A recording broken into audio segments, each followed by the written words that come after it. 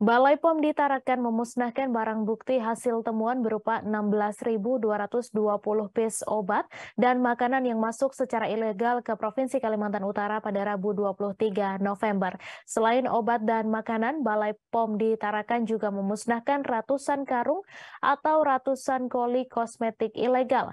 Hasil temuan tersebut merupakan kerjasama dengan aparat dan instansi seperti Lantamal 13 Tarakan, Bea dan Cukai Tarakan, Ditpolairut Polda Kaltara, dan lainnya. Informasi selengkapnya akan disampaikan langsung oleh wartawan Tribun Kaltara, Andi Pausiah, yang kini sudah terhubung bersama kami. Silakan rekan Andi.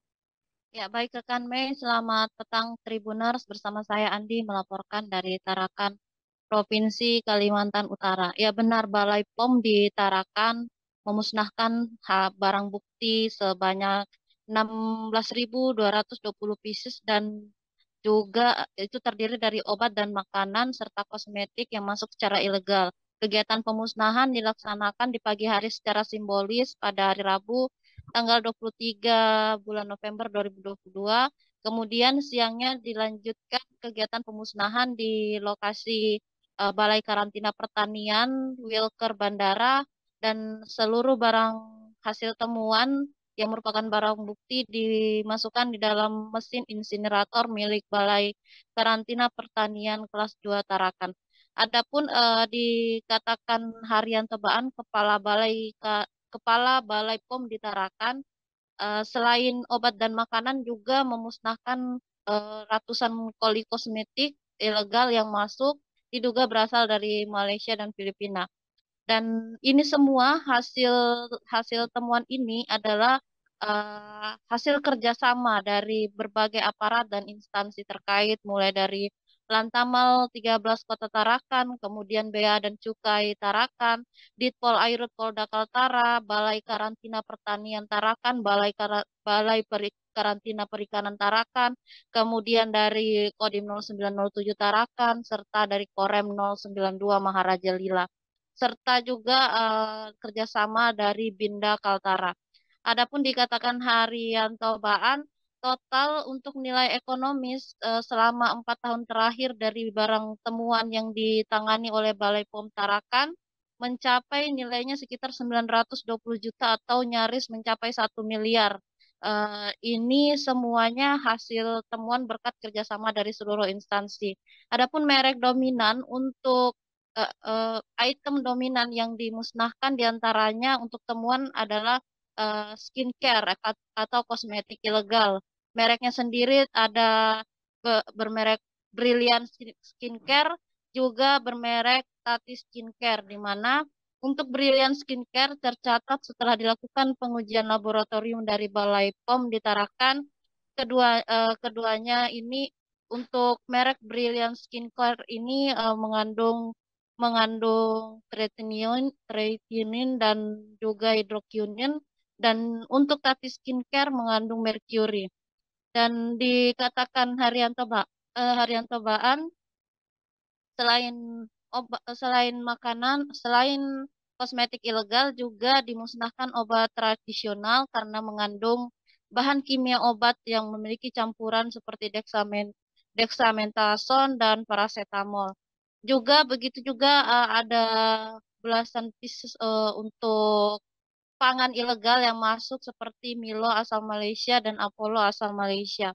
Jika diurai, dikatakan harian tobaan, untuk di tahun 2022 ini nilai ekonomis yang berhasil dimusnahkan mencapai 607,5 juta. Kemudian dibandingkan di 2020 kemarin, angkanya hanya mencapai sekitar 244,3 juta. Lalu di 2019 mencapai 35,5 juta dan di tahun 2018 mencapai 32,6 juta. Artinya selama 4 tahun terakhir, di tahun 2022 inilah yang paling tertinggi kasus temuan dan paling tertinggi nilai ekonomisnya. Kemudian turut hadir pula dalam kegiatan pemusnahan kemarin secara simbolis yakni mewakili dan Lantamal 13 Tarakan yakni Bapak dan Satro Lantamal 13 Tarakan Kolonel Laut Bapak Julius Azainal. Ia mengatakan pihaknya akan terus berkoordinasi rutin dengan pihak Polri dan juga instansi lainnya dalam hal penegakan hukum, kemudian dalam hal penegakan di wilayah sektor kemaritiman, terutamanya untuk pelanggaran yang terjadi di wilayah perairan di Kaltara. Kemudian karena nantinya Kaltara adalah wilayah penopang untuk IKN, di mana pintu masuknya nanti otomatis juga akan singgah ke Tarakan, dan sebelum sampai ke ibu kota negara IKN, maka penegakan kedaulatan harus berkoordinasi dengan stakeholders kemaritiman, dan agar sedapat mungkin bisa diantisipasi dan dicegah sejak dini. Pun begitu juga dengan peredaran narkotika selain kosmetik ilegal. Selanjutnya saya juga turut hadir mewakili Kepala Bea Cukai Tarakan Minham Judin Nafsa, dan yang diwakili oleh Bapak Kasih Penindakan dan Penyidikan Bea Cukai Tarakan, Bapak Yoga Suara, dia mengungkapkan pada dasarnya untuk tupoksi bea cukai dalam hal temuan kosmetik ilegal ini masing-masing memiliki peran. Misalnya ketika ditemukan satu kasus dalam contoh temuan kosmetik ilegal yang tidak dilengkapi dokumen resmi, maka ia akan menyerahkan kepada pihak yang berwenang, yakni Balai POM di Tarakan, untuk bekerja sama dan ditindaklanjuti kasus tersebut. Dan ia juga menyebutkan memang kondisi Kaltara ini secara geografis memiliki banyak kepulauan, sehingga tentu tidak bisa bekerja sendiri-sendiri dan harus bekerja sama, harus bersinergi bersama dengan penegak hukum dalam rangka melindungi masyarakat dari peredaran barang ilegal. Demikian rekan Mei. Terima kasih rekan Andi atas laporan Anda, dan Tribuners, wartawan kami juga telah menghimpun wawancara dengan para pihak terkait. Berikut tayangannya untuk Anda.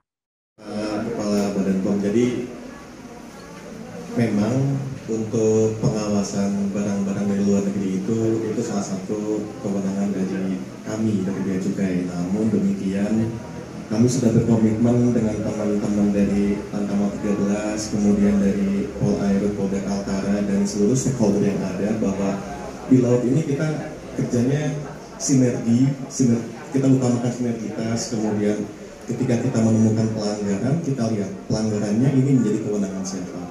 Contohnya kemarin ketika kita patroli menemukan kosmetik, kami berkoordinasi dengan Badan POM untuk penanganan lebih lanjutnya.